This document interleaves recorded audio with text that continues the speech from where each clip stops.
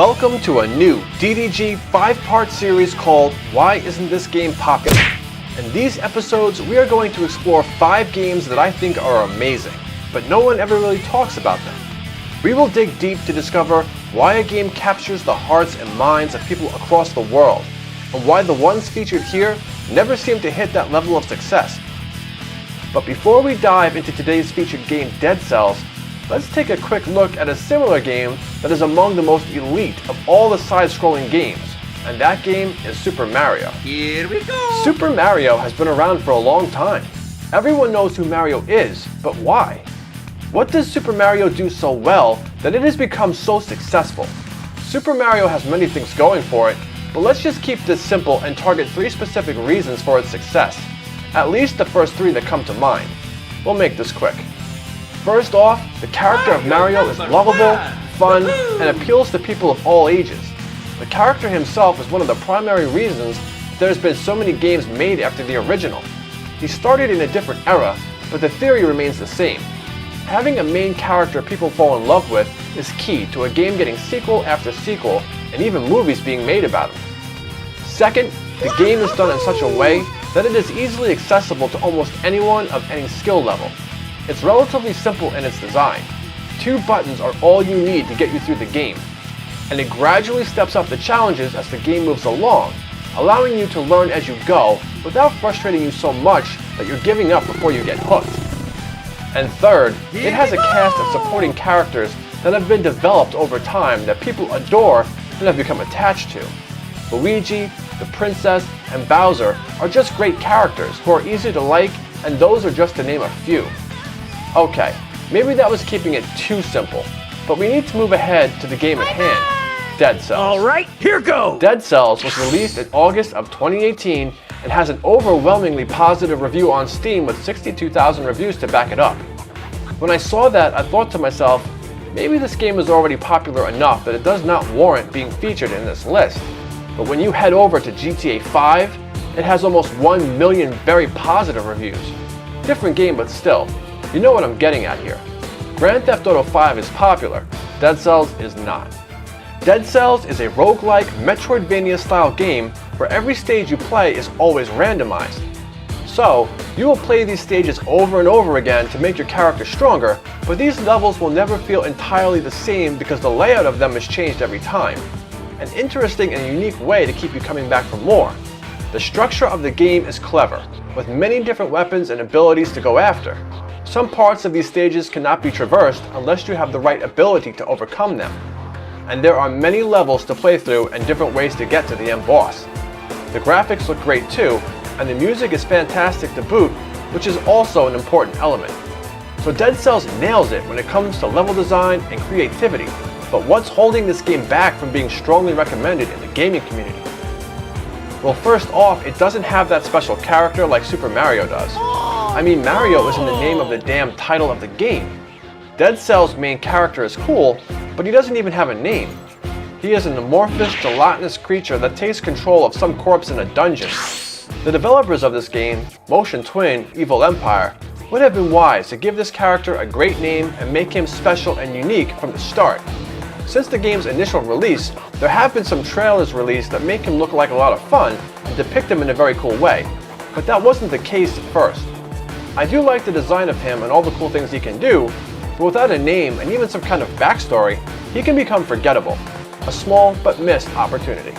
Then there's the game's difficulty. I remember the first time I talked about this game with my brother Dan, the first thing he mentioned was how hard he heard the game was. Personally, I love a game with a serious challenge, but I've been playing video games my whole life. If you want to draw in the maximum amount of people you can, you gotta make sure that the game can be accessible to all, especially when it's the first one. It really is a hard game that constantly pushes you and can be too much for novices. It does step up the difficulty over the course of the game, but you are going to die a lot, which in actuality is to be expected. Dying is very much a part of this game, but it can be a daunting experience nonetheless. Perhaps the difficulty of the game worked against it to some degree. The budget. This game didn't get nearly as much money pumped into it as, let's say, Grand Theft Auto 5. GTA 5 costed roughly $256 million to make and market, but that's an extreme example. A game like Dead Cells was probably given a budget of about $5 million to make and advertise, but that's really just guesswork because I can't find any information on the internet about it. It could be far less than that. A game like Super Mario gets far more exposure because of its exclusivity, budget, and backing an already established nature. So this game never even stood a chance of worldwide exposure on that front. The game genre. Perhaps side-scrollers and platformers just aren't as popular as they once were. I mean, what's popular these days? Fucking Minecraft and Among Us? The old school days of playing these types of games may have stalled for a while. Plus, there are so many different options in the world of platformers. Or maybe it's not the game's fault at all. Maybe I've got it all wrong. Perhaps the game is doing just as well as it was ever expected to do. With the amount of money and advertising the game has had pumped into it over its lifespan, maybe it was never supposed to compete with a game like GTA 5 or Super Mario to begin with. All I know is the game is fantastic. I have played it almost 60 hours and it always has me coming back for more. With the new DLC content that they have added since its inception and all the updates done, it's just a whole lot of fun. Smashing through enemies feels great, and the constant pressure you get in some areas really has you unleashing chaos to stay alive. So many treasures to find and places to explore.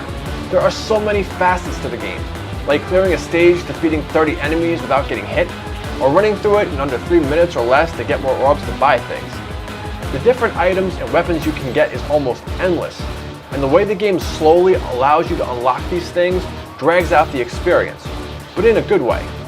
This type of game just speaks to me, a lot like Hollow Knight does, another game that is not nearly as popular as I think it should be, but that's a story for another time. If you have not played Dead Cells and enjoy these types of games, I strongly suggest you give it a chance. Just be ready for a challenge. It's available on almost every platform at a very reasonable price. I knew going into this episode of Why Isn't This Game Popular that the video may not do so well. I have done a couple of Let's Plays on this game many moons ago, and they did very poorly.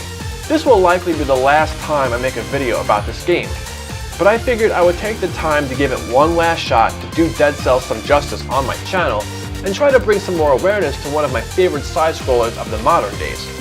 I do plan on doing some live streams of me playing the game in the future, so be on the lookout for that. We're just about out of time for this one.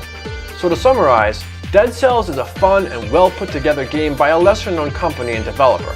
This is, after all, an indie game, and indie games sometimes struggle to hit the mainstream market. The game's overall structure and design is unique and special in its own way.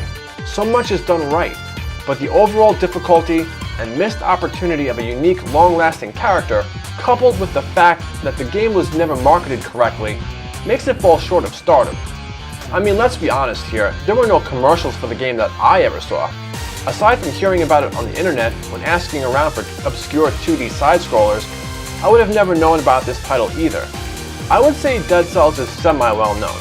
There have been e-sales on the Nintendo eShop for the game that has probably helped it to reach more people, but unfortunately, if we're using a game like Super Mario as a benchmark for a title becoming truly popular, Dead Cells comes nowhere close to hitting that mark. I'm the winner! Thank you guys for watching this video. I hope this episode has piqued your interest in the game. Please let me know if you have any questions in the comments below and I will be sure to answer them. And as always, if you like this video, please hit the thumbs up button so YouTube knows to suggest it to others. And of course, smash the subscribe button if you are new to the channel and turn the bell on so you're alerted when our next video drops. I will be doing another episode for this series real soon. And if you have made it all the way to the end of this video, I am super happy you enjoyed it that much. For those of you who are fellow content creators in the gaming space, we have established a Discord server called the YouTube Gamers Alliance. We are a group of almost 2,000 members who are die-hard YouTube gaming content creators and can help you on your journey of making videos.